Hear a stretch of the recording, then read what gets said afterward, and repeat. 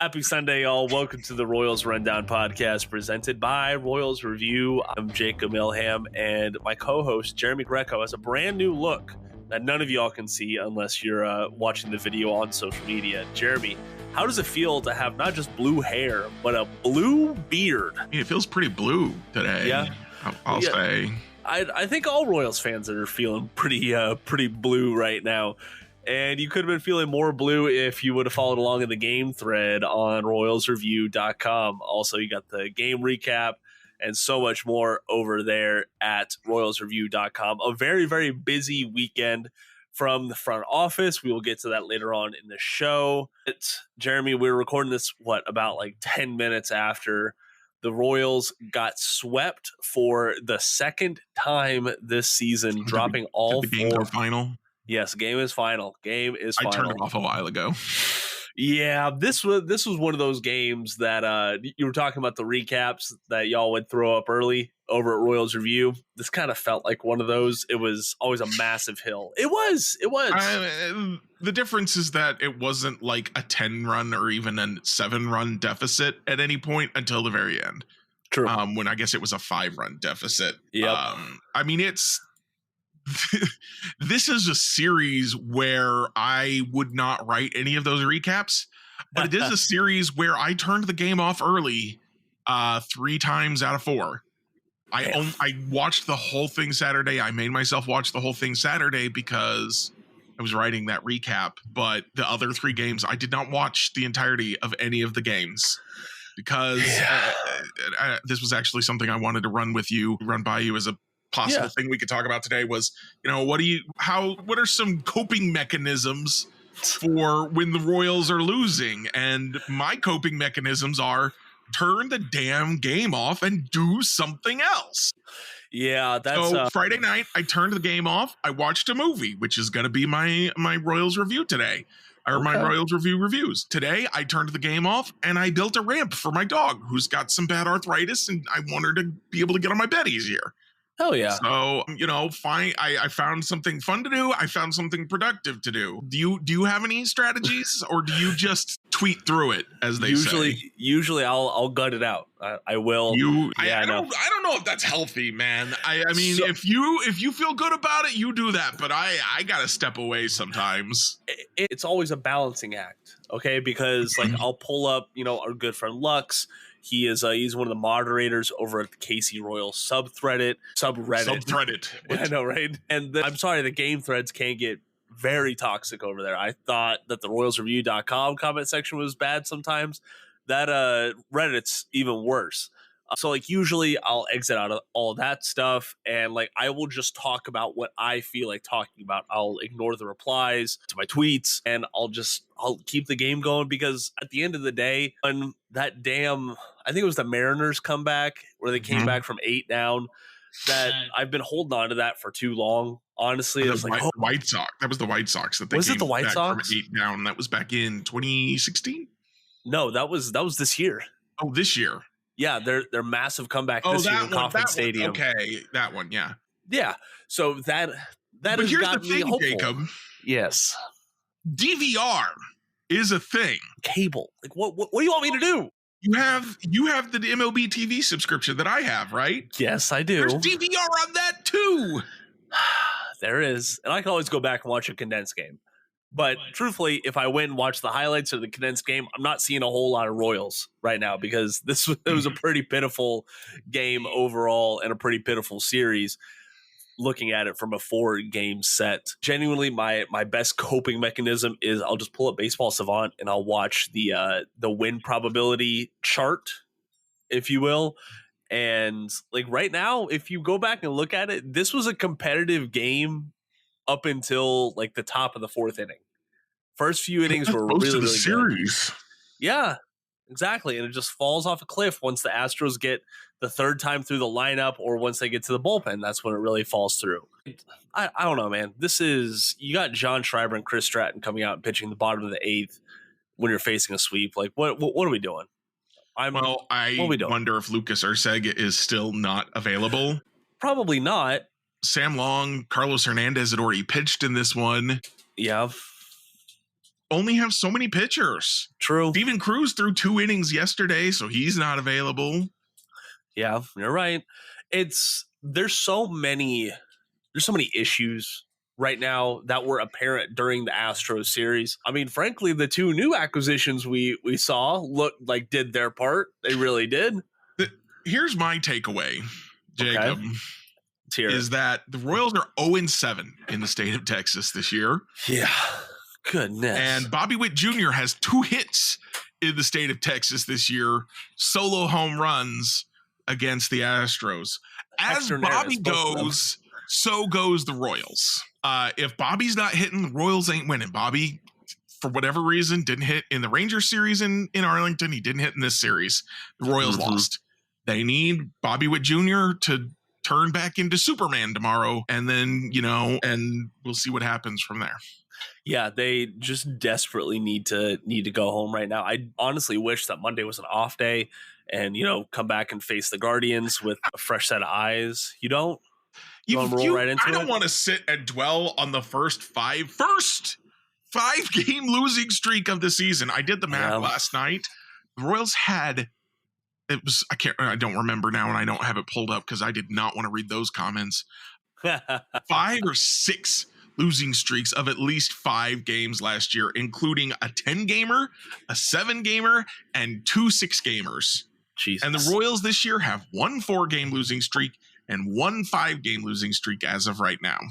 Hey, that's what winning teams do. And genuinely, if you would have gone back before opening day this year and told me the Royals would only get swept once through August, I would be happy.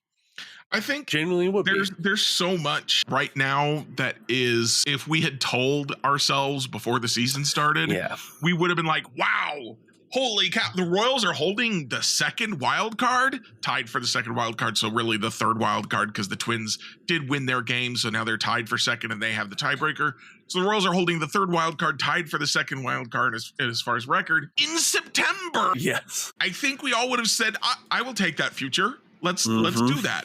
They're 3.5 games back of the Guardians now? Yes, that they are. The Guardians also won today. So, I mean, frustrating because 5 days ago, they were tied with them, but they got a chance. They don't control their own destiny against the Guardians, but they can fight back there. Yes, they can. And they still control their own destiny against the Twins. Yeah, they do. So that is after, I don't know, this weekend from a wins-loss record, it could not have gone any worse. However, the Royals are still very much in the driver's seat for the postseason. Okay, Boston Red Sox, we were talking about this before the game.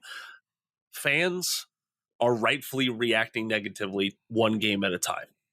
All right, and that's something that across the entire summer we've said, don't react game by game, take it in chunks, look at the great picture, look at the overall plot of the season, if you will. Well, the plot is right now the Kansas City Royals are on their way to the postseason, no matter how bad they do. I get being frustrated. Trust me, I am super frustrated. I'm so frustrated, y'all. People are telling me I'm an optimist, and I've never been called an optimist before, so I feel like I'm taking some crazy pills. I'm so frustrated. But when I said that I didn't think the Royals would lose today, it wasn't because I was an optimist. It was because that's what the Royals have been swept 1 time this year. They had never lost 5 games in a row this year. This was a team that those things didn't happen. And today they did happen. And it's frustrating, but also Tommy Pham came in and got 2 hits in the leadoff spot. Yuli Gurriel showed up, got an RBI single in the bottom of the order. We didn't see Robbie Grossman today. No, we did not. We probably will see him against some left-handed pitching. It's just, I'm not being an optimist. I'm being a realist. Yes. Being 4.5 games ahead of the Red Sox means that with 24 games left for the Royals, 25 games left for the Red Sox have to win 5 more games than the Royals do to tie them and therefore take their playoff position. That's a lot more games to win over a 25-game span, as I was telling Jacob right before we started recording. So say the Royals go, 10-14 the rest of the way, which would be, I don't think they're going to go that bad. That would be pretty bad for them. It would. It would be very bad. The Red Sox would have to go 15-10 which that's a 600. It's a 600. I mean, it's like, oh, it's only 5 games. That seems possible, but that's playing at 600, which is not where the Red Sox have been this year. Certainly not where they've been since the All-Star break. They just lost 2 out of 3 to the Tigers, who are, playing much better right now, but are still the Tigers. Mm-hmm. It's going to be really hard for the Royals to lose this playoff spot. I'm not saying it's impossible. It's obviously possible. Yes, I just argued that they could still maybe catch the Guardians, and the Guardians are 3.5 ahead of them. So the Royals would have to win 4 more than the Guardians the rest of the way. But then again, the Guardians have been playing under 500 since the All-Star break. So that seems a little bit more plausible to me. So that's where that difference comes from. And it's 4 instead of 5, which is a big difference with this few games to play. It's not likely. Getting swept in Houston made winning the division much harder. But the other thing also is that the Royals do have 3 games against the Guardians. Yes, they do. The Red Sox don't have any games against the Royals. The Red Sox don't get to beat the Royals themselves. They really wish they could, because they did a good job of that when they played the Royals earlier. Yes, they did. The Royals have beaten the Guardians. They get a chance to play them 3 more times. It's just bad things can happen. Bad things have happened. Losing Vinny Pasquantino is a huge blow. I would be so much happier with Tommy Pham and Vinny Pasquantino. But I think at some point we need to talk about these transactions that the Royals made over the past couple of days and talk about why they might or might not work too. Yeah. I know we're kind of talking about the whole series. The other thing I'll say is that we're talking about how bad the bullpen is, and obviously John Schreiber was bad today. Yes, but the offense only put up 2 runs. Correct. You only score 2 runs. If you only score 2 runs, the loss is on the offense to me. Yeah, I agree. If the offense puts up 5 runs and the Royals lose this game 7-5, well, then I'm willing to talk about, well, the bullpen should have been better. But the bullpen probably would have been used differently. Mm-hmm. If the Royals were winning, that's when we can expect to see maybe Lucas Arceg can push through any discomfort. Or Bubic. Yeah, exactly. We didn't see any of those guys today. So I understand that there is a strategic choice there looking forward to the Guardians. Okay, those are a little bit, I hate to say this, those are more high leverage games. I feel it's like more, if you think you want to win the division, you've got to be ready to beat the Guardians. Beating the Guardians is much more important than beating the Astros. Yes, it is. So before we get too far down that tangent and looking at the Guardians, let's go ahead and look back a little bit. Hey, we haven't talked about Vinny Pasquantino's injury. It feels like has already been talked about, and we see like a year ago already. I know, right? This team already looks different without Vinny in the lineup or at the field, but that's fine. That's what it is. We all know that the Royals have been very, very lucky this year when it comes to injuries. Okay, extremely lucky when it comes to that. All the injuries happened in the last week. Yeah. Could you spread those? No, can't spread. Nope. Okay. Baseball God said, nope, all at once, figure it out. And it sucks. It really, really does. Vinny was your runners and scoring position guy. All right. That was his role. I think he had 97 RBI this year, and 80 of them came with runners in scoring position. Like he could get it done. Whether it be sac flies or singles, but I was working on a article that I think I mentioned this actually last time, but I'll mention it again for anybody who didn't listen last time. I was working on an article about trying to come up with some sort of new stat like RBIs over expected or something. Yeah. I'm workshopping the name. If y'all have any ideas, please feel free to hit me up. But I was taking a look at some different numbers, and based on the numbers that I was working with, Vinny had about 30 RBIs more than you would expect him to have. I compared him to some other elite RBI guys, and the only one who was better than him was Aaron Judge. So, that's pretty good company to be in, and the Royals are absolutely going to miss him. Yes, they are. Yes, they are, especially coming down the stretch. But the Royals, frankly, they did everything they could do to add to this team ahead of September 1st right now. You go out, you get outfielders, Robbie Grossman and Tommy Pham. You add infielder Yuri Gurriel to the fold. You recall Alec Marsh. Like, those I wasn't investing that much in the roster expansion at September, because at the end of the day, it was going to be Marsh and then some other kind of lackluster bat from Omaha. Now you get some more experienced guys. You get a lot of postseason experience in one weekend added to this locker room, and we saw it today on the field. Tommy Pham had a multi-hit game. Yuri Gurriel had that single and the RBI to get the scoring started for the Royals. Like, that is why you bring them in. And you talked about maybe seeing Grossman this upcoming series against the Guardians. I do want to caveat that for the listeners. Grossman is like a lefty only guy. Yeah. Okay, that is his role. He fits perfectly with Mac Potrero and his platoon splits. Yeah. Robbie Grossman is platooning with MJ Melendez. That's what we're doing here. When it's a righty, MJ's out there, and MJ had a great day today with a double and 2 walks. Yep. When it's a lefty, you're going to see Robbie Grossman. And if you see a lefty come in out of the bullpen to face a Michael Massey or a Kyle Isbell or whoever, you're going to see Grossman come in then as a pinch hitter, and you're going to love him. And here's the thing is that Vinny was an RBI guy. Overall, he only had a 106 WRC plus, which means he was about league average as a hitter. Yeah. He was about league average. Tommy Pham is a little bit under league average on the season, but he was much better with the White Sox than he was with the Cardinals. Correct. And then Robbie Grossman is also a little bit under, but both of those guys bring a better OBP on base percentage than you're going to see from anyone not named Bobby Witt Jr., Freddie Fermin, Salvador Perez. There's one other guy, I think, but I can't remember who it might be right now. I'm blanking on it too. But really those 3. So suddenly you've got your leadoff guys. Tommy Pham's going to lead off against the right-handers. Robbie Grossman's going to lead off against the left-handers. And so they're not going to drive the runs in.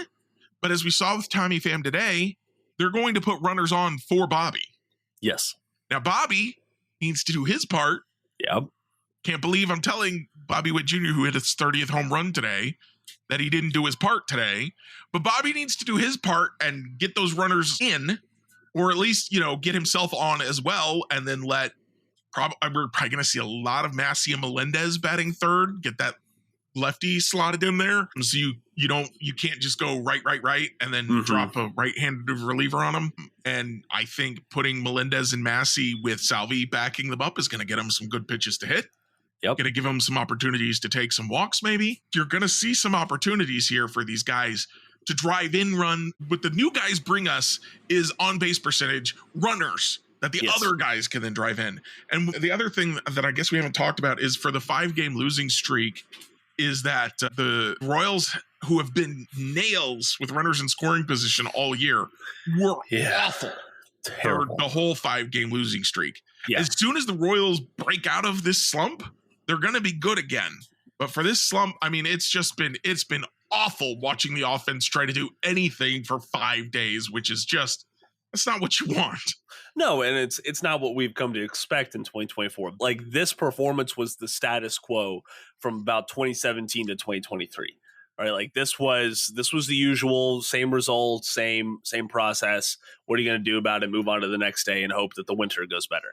No, like, right now we can identify that this is an outlier. This is an extreme slump for the Kansas City Royals, because if you go back and you look at the whole month of August, I can't believe I'm saying this, they still had a winning month. They were 15-13.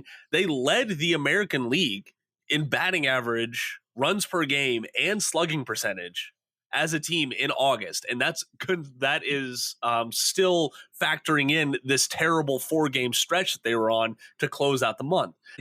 It just is what it is. The whole season will balance out after a little while. And ultimately, at the end of the day, your Kansas City Royals are still the unluckiest team in Major League Baseball, not just in the American League, not just in the division, in Major League Baseball. Yeah, it's listen, y'all, the Astros have good pitching. They do. It's so good. Justin Verlander is one of their worst starters right now. That's how good they are. It's insane. There's just no way around it. So we just got to take a deep breath and not lose our minds, be frustrated for today. But also, when I tell you that the Royals are tied for the second best simple rating system standing in the American League, ahead of Houston, ahead of Cleveland, ahead of Minnesota, ahead of Boston, tied with Baltimore behind the Yankees. They're a good team that's played well this year, even against good teams. And this stretch sucked, but this stretch does not define the team. Exactly. I think that is the point that the locker room needs to be thinking about. And hopefully with this new blood that they brought in, frankly, I touched on it earlier with the postseason experience. That cannot be talked about enough. Grossman and Pham both played in the World Series last year. Yep. Gurriel has nearly 90 postseason games to his name with the Houston Astros. They know these situations. They understand what it takes to win and what mistakes not to make.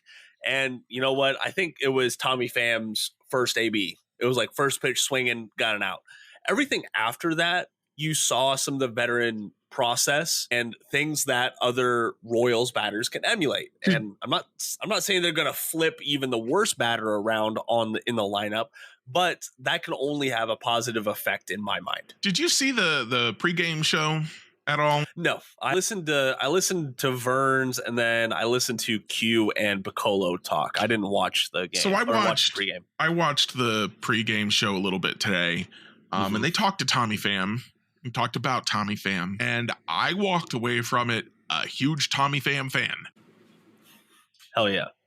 They talked about it during the game too a little bit. The dude hates losing. He says he hates it more than anyone. Not that other people like it, but he hates it more than anyone else. And so I think you take Tommy Pham out of Chicago, where he was losing. You take Tommy Pham out of St. Louis, where he was losing, and you put him in Kansas City, and you say, help us win. We want to win. We're good enough to win. Help us. I think you're going to get the best version of Tommy Pham. Yeah. When people have talked about, they're worried about, clubhouse presence, et cetera, et cetera. And I've said in the past, and other people have said this is not unique to me, that winning is a great balm for clubhouse culture. But when you've got someone like Tommy Pham who hates to lose and talks about how much he hates to lose, winning is a balm for him, a BALM balm, not a bomb, not like it's not going to explode. It's like a lip balm. Yeah, it soothes. He's gonna. I believe, as a ball knower, I'm going to tell. I'm claiming that for myself. Ooh, all right. Because I wrote up some previews for the rest of the season for the other three teams that the Royals are kind of competing with for a playoff spot. And that's how the weekend went, except the Royals lost one more game than I thought they would.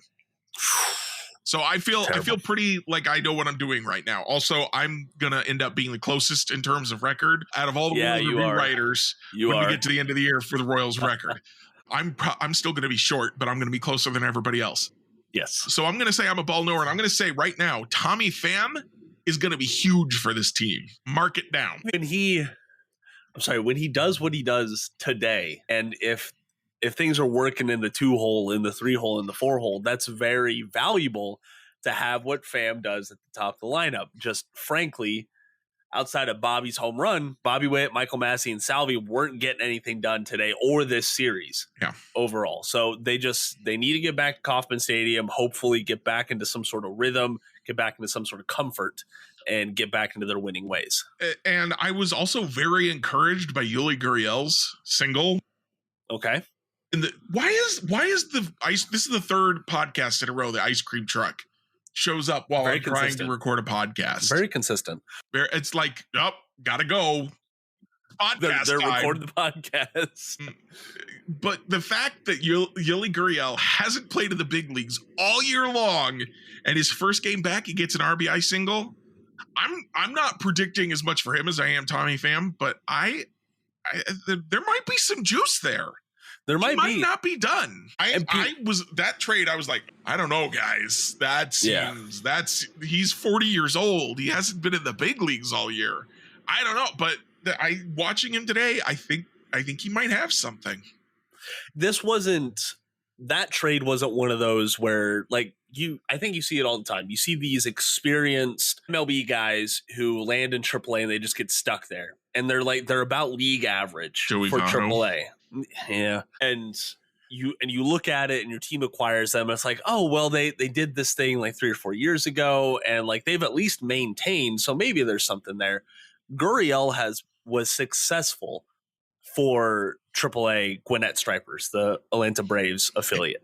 And I guess one thing I hadn't realized was that like his overall season numbers are pretty good, but he's been very good ever since his 40th birthday. Yep, very, very good. And I'm not saying the situation is the same as Dairon Blanco, but we don't lose ourselves more over Blanco's age because we understand that his career got started much, much later, unfortunately, due to him being from Cuba. The same thing happened to Gurriel. Okay, I think this will be his 9th major league season. And, not a whole lot of folks start their major league career after they turn 30, but Gurriel is that guy. So hopefully there's something there. And it would be foolish of us to say Yuli Gurriel starting first baseman next year. Like no one's doing that. No one is doing that. So, but like for a month at the end of the year, why not? Can he do like, okay, so this is where we go back to comparisons to 2014 a little bit. Okay.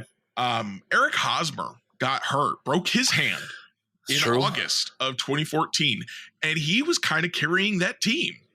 He was an RBI left-handed first baseman who hit a lot of ground balls. Vinny doesn't hit as many ground balls. He was hitting a lot lately. And everyone went, oh no, what's going to happen? What are we going to do? And then Billy Butler said, well, why don't I just turn in my best month in like the last 2 years and I'll carry the team for a month until Eric comes back. And that's what happened. Exactly. So players who are otherwise done can have just a hot month, and that's all you need sometimes to carry you through. And that's when the Royals are like, we're going to take a shot with 3 of these guys. 3 of these guys are going to say, can one of you have a hot month? And so that's 3 shots at it. And I think Tommy Pham is a guy. I think Yuli Gurriel might have a little bit of juice. Robbie Grossman was the guy I was the most excited about initially. He's the guy I'm least excited about now. Not because he did anything or didn't do anything, but because yeah, he offers some OBP. I just want the OBP. I just want the OBP against the lefties. That's all I'm asking for from him. And that's all I expect to get from him, which is not going to be much because you're not going to face that many lefties. But if he can offer that a little bit of a boost against lefties, which the Royals have struggled with this year, Tommy Pham should also offer a boost against lefties. He's better against lefties than he is righties. He's just okay against righties, whereas Grossman is unplayable against them. Then they're going to be cooking with gas. Yeah, exactly. The offense, and I know this is going to sound insane, the offense could be better without Vinny by putting in these 3 guys instead. Could be. Not saying it will be, but we might look back at this and go, actually, replacing Vinny with 3 guys who are slightly worse. So you're decreasing a little bit there, but improving in other places because we're going to see a lot less Hampson, a lot less Frazier with these guys around. Might be enough. It might be. And unfortunately, there's only one way that we're going to find out. The best place to keep track of, hey, who is actually doing good, who is doing bad, what are the storylines you need to know, is over at royalsreview.com. You can also follow along with Royals Review on Facebook, Twitter, and threads at Royals Review. Jeremy, this also sounds a little strange, but there are some possible further reinforcements coming to the Kansas City Royals. Hunter Renfroe is reportedly due to be back in, quote, early September. He was just on the 10-day IL. Haven't heard about any setbacks there, so hopefully he's back sooner rather than later. Michael Lorenzen should be back around mid-September, which will only help this rotation and the bullpen in a sense, because if you push Marsh back to the bullpen, that's okay, that happens, but you keep his stuff up here and you get Michael Lorenzen back into the starting rotation. Plus, that's not even talking about Hunter Harvey, who should be back in early September as well. So there's some optimism there. Just saying. This is a bad week. It's a bad weekend because they took 3 out of 4 from the Guardians in Cleveland. That was a good part of the week. And I know it feels like it happened a decade ago now or something. It has been a long, long weekend. Yes, it has. But it did happen. So I'm frustrated too. I hear y'all. I do. And I don't discount your feelings. I just want you to all take a deep breath and try to look at the bigger picture just a little bit. And I know I've been saying that all year, but I guess I'm going to keep saying it. I guess so. But speaking of the big picture, I do want to ask you. So you cite that narrow path to 90 wins a lot. You've done so a lot this year. Where are the Royals right now on that path? Because I think they're a little behind the rate, but I'm not sure how much. Yeah, so the narrow path to 90 wins through the end of August was the Royals needed to be I got it right here. They needed to be 76 and 62. At the end of August. They are currently 75 and 63 or 75 and 64 as of today. The September target pace, they were supposed to go 15 and 13 in August, which is exactly what they did. If I remember, that's what happened, right? They went 15 and 13 in August. Yes, they went 15 and 13 in August. And Jeremy, we were looking at some outdated stuff. They are 75 and 33 following today's loss. So I think that's even better. 75 and what? 63. Yeah, so they're one game back of their pace, but they needed to go 14 and 10 in September. 24 games left. Guardians, Twins, Tigers, Giants, Yankees, Pirates, Nationals, Braves. 8 times 3. So that 76 and 62 included today's game. That fourth Astros game was included in August for the purposes of the narrow path. Gotcha. So the Royals now need to go, if they want to win 15, and I mean, we could have done this math ourselves, I guess. We could have. They need to go 15 and 9 if they want to win 90. Looking ahead. So let's go back to my prediction a couple weeks ago, what the Royals were going to do for the rest of the year. Yes. Please, I said they were going to go 1 and 2. Mm-hmm. They did. Guardians, I said 2 and 2. They went 3 and 1. I was a little bit conservative on that. Great Astros stuff. 1 and 3. I thought they don't get swept. So that I could have put 0 and 4 there. And in fact, I did say the Royals could get swept by the Astros. I said that could happen. And but I still think everything's okay if that does happen. So I thought they don't get swept, but maybe they will. I said they'll go 2 and 1 against the Guardians, 1 and 2 against the Twins, 1 and 2 against the Yankees, 2 and 1 against the Pirates, 3 and 0 against the Tigers, 2 and 1 against the Giants, 2 and 1 against the Nationals, 2 and 1 against Atlanta. So 3 and 0 against the Tigers right now seems like a big ask, but that's also a couple weeks away. Tigers may have cooled back off by then. Maybe. And maybe the Royals find a way to sweep a different series. The Giants don't look good. The Pirates don't look good. The Pirates, the Guardians took 2 out of 3 from them, and the Guardians don't look good. So maybe they sweep the Pirates, even though that's going to be in Pittsburgh. So it'll be a tall ask. But they swept the White Sox in Chicago a couple of times. Yeah. So I am a little worried about that Yankees series. It could get swept there. Said ahead of time, could get swept there. But I think 2 and 1 against the Guardians, 1 and 2 against the Twins for this homestand would give them a 3 and 3 homestand. I think it's really easy, not really easy, but I think it's really possible for them to either go 2 and 1 against the Twins or sweep the Guardians. They could do both. They could go 5 and 1 on the homestand. It could happen. Depends on how cold the Twins are. Yeah. And then once they get past the Yankees, they're out of the gauntlet. That's the end of the gauntlet. At that point, they don't face any. Actually, I think Atlanta is still in the 3rd wild card spot in the NL. Yes, they by are. a game and a half. So that's the only playoff team they face for the rest of the year. Right. The Pirates are bad. They are. The Nationals are bad. They're terrible. The Tigers, the Royals have had their number even when they were playing well. I lost my standings that I was looking. Here we go. Oh, the Giants are about 500. The Giants are about 500. They're okay. That's a home series. Do I have that right? That's a home series? I think so. Yeah, that's a home series. Home series against a mediocre team. And we've said that about the Cubs. We said that about the Diamondbacks. But the Diamondbacks were hot, and the Cubs they just did weird. The Cubs were very weird right then. Because it was like, everyone's like, are they buyers? Are they sellers? The Cubs were like, both. And then they were, are they good or are they bad? Well, they won. But then they lost.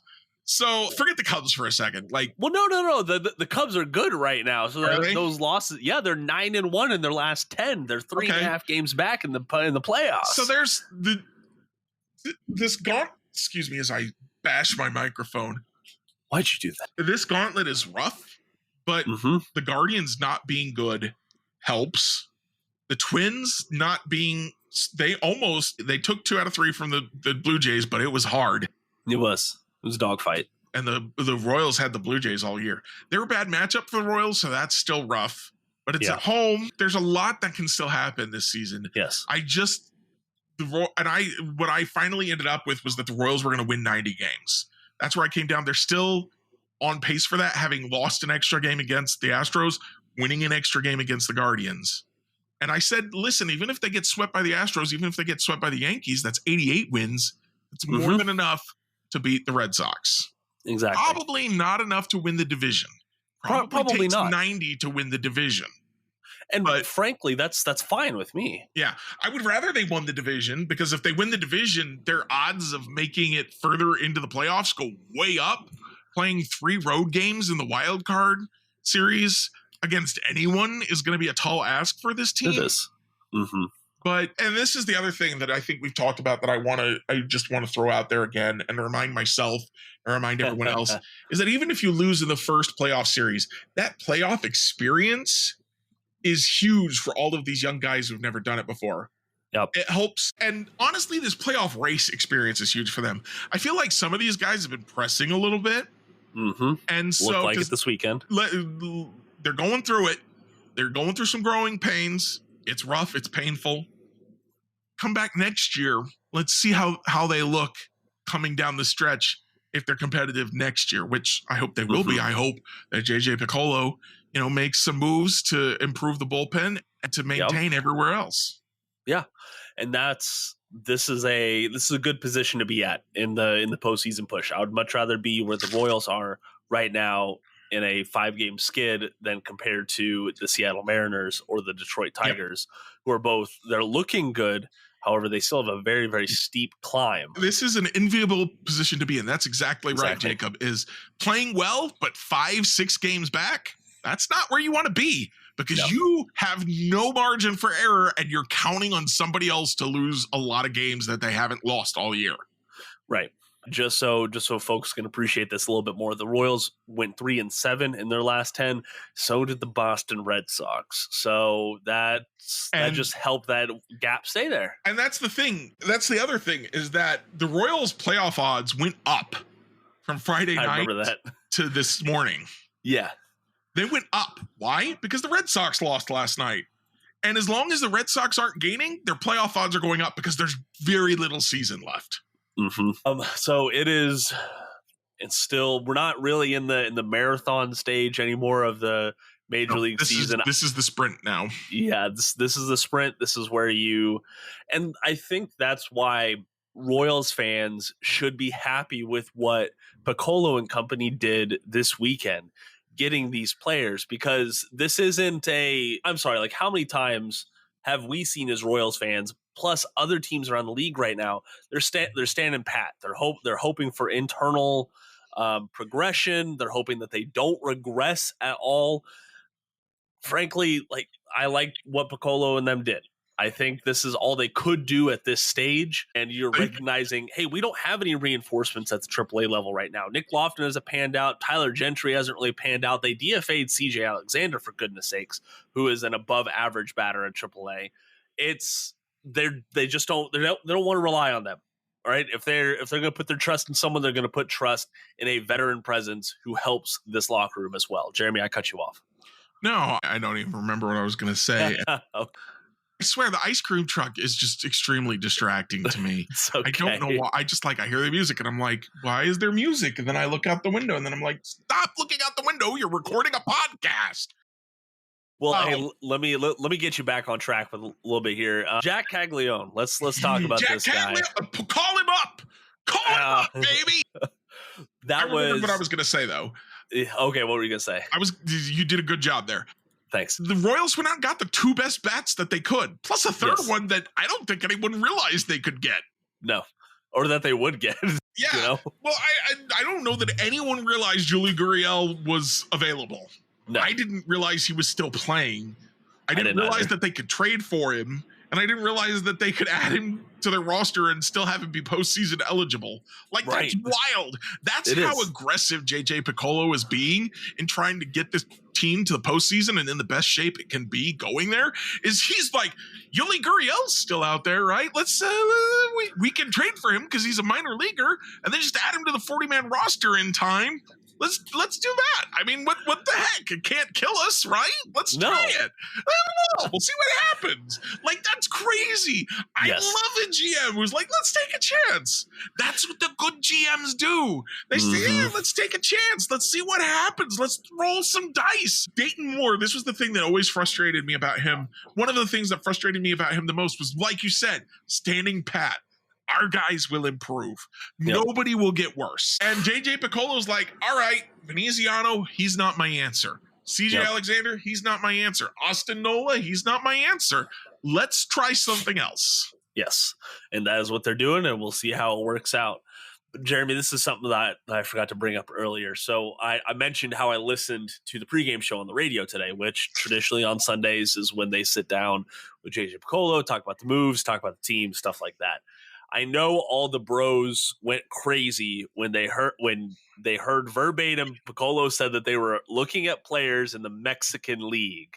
All right, where there is one player out there who folks keep talking about plays in the Mexican League that I'm sure they would have loved to see the Royals sign. I just wanted to say that, get your little facepalm going, little facepalm action going. But anywho's, I do have some stuff to talk about Jack Caglione. Yeah, sorry, let's talk about Caglione. No, I do want to call out some folks. Number one, the call up Cags movement. Do it. Stop it. Stop. You cowards, call him up. Stop with that bullshit. Okay. My favorite thing was like 2 weeks ago, everyone's like, he's a bust. Fire JJ Piccolo. How dare they draft this bust? Everything is over. And then 2 weeks later, they're like, call him up. He can play in the big leagues today. We need him now. Which, to be fair, Cags is on a good run for the high A Quad Cities River Bandits. They absolutely blew out the competition today. But across his last 12 high A games, he's batting .302, slugging .528. He's only striking out 16% of the time, which is insane for him. Plus, he's got 20 batted balls with that exceeded 100 miles an hour. Okay, in 12 games, the man is slamming.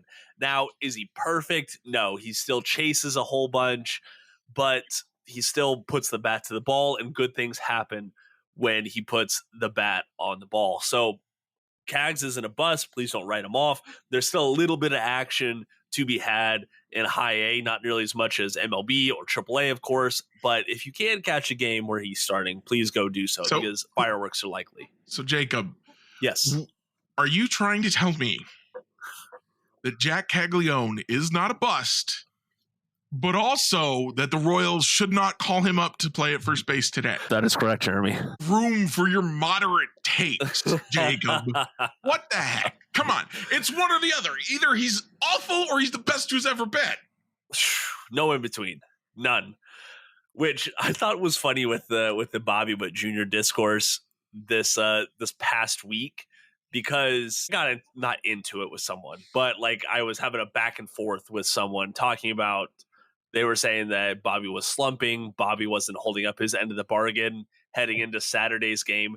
The man was batting still north of 1,000 OPS heading into Saturday's game.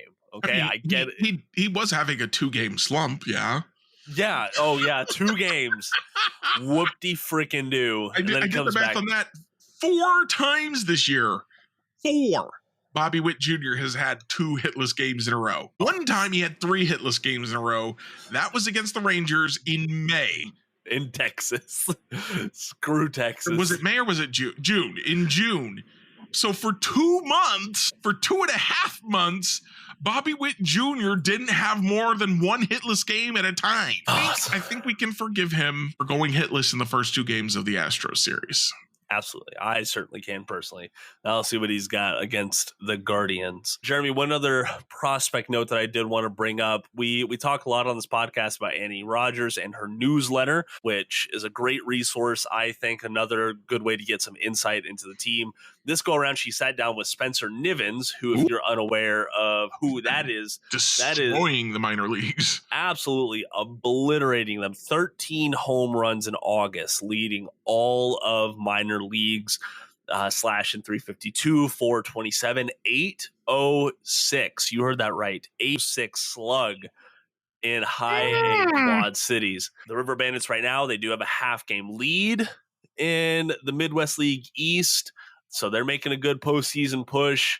But man, Nivens he's looking legit out there. I know he's gotten a lot of believers this past month, but this is the sort of progression that we wanted to see from the Kansas City Royals farm system, because Nivens he's a 5th round pick in 2023. Okay, so he's another one of these recent picks who are just coming up out of nowhere and absolutely destroying the ball. So I'm looking forward to seeing what you can do to close out the season. If you don't already subscribe to Andy Rogers' newsletter, you need to go fix that right away. You can sign up on MLB.com under their newsletter option, and it is the Royals Beat newsletter. Again, that is Royals Beat newsletter. Jeremy, I'm a little exasperated with the Royals right now, so what do you say we go ahead and get on out of here with some Royals reviews? Yeah, let's just do it. I've said enough. Okay. Okay. Hey, go ahead and start us off. You had a movie. Yeah. So Friday night, Framber Valdez was doing his nonsense, and I was like, I don't need to do this to myself. I'm gonna take a break. I've been wanting to watch The Instigators, which is a new movie over on Apple TV, starring Matt Damon and Casey Affleck, Ben's younger brother, as a couple of guys who try to rob a corrupt governor in Boston. Mm-hmm. Very Boston movie, and the corrupt governor was played by Perlman. Really? I love Ron Perlman. Yeah. So that was fun, and it's not gonna win any awards, but this is the kind of movie I think we don't get anymore, which is a sad, like, just a comedy, action comedy almost, but focus on the comedy. Not on the budget and the action and the explosions. Kind of just fun, like, mid-tier movie that I had a really good time watching it. I laughed out loud a few times. I'm glad I experienced it. I might watch it again even. It was just like it was a very relaxing movie experience. It was not the drama or the explosions or I'm a Marvel mark. We've been over this. It was not the boring Marvel Cinematic Universe formula. All right, my review tonight is over a really like C-level found film movie that Katie and I tried called The Sacrament. Okay. It's about some guys, like the premise is they're from Vice News. Which, if you haven't heard of Vice News, they were big in like the 2010s. Now I don't think so much, question mark. But they went down to investigate some cults that one of the guys' sisters is in.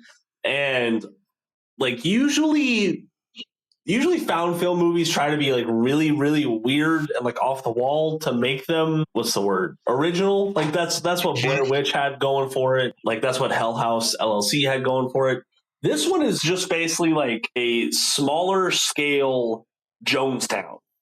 If you know about that one with the cult, I think the guy's last name is Jones. Like that's where the phrase "take the Kool-Aid" or "drink the Kool-Aid" comes from. Oh yeah, okay, I'm familiar with that incident, just not the movie.